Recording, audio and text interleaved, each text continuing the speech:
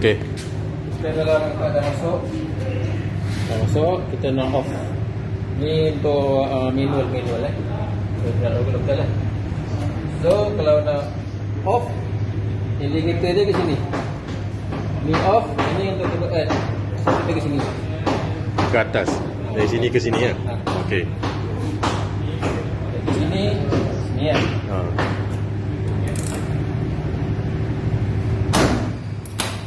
Kita dah off Okey. So indicator dia off. Yang merah ni indicator dia. Okey.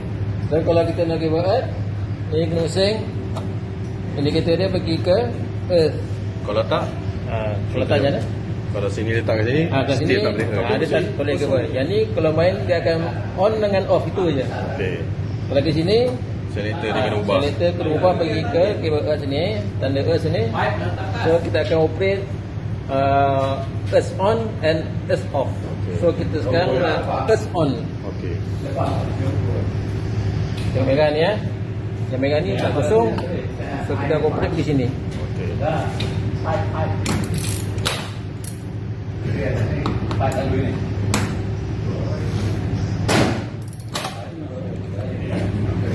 On. Alright. Cik bising.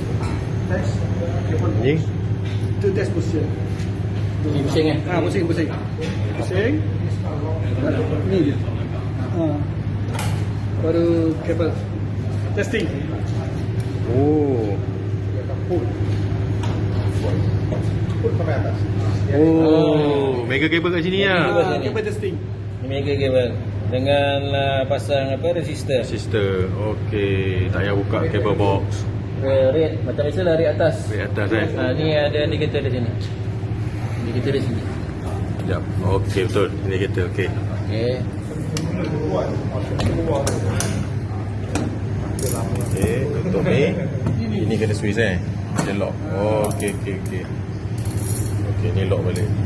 Kalau ni. Ni pun sama. Yeah. Demo dia.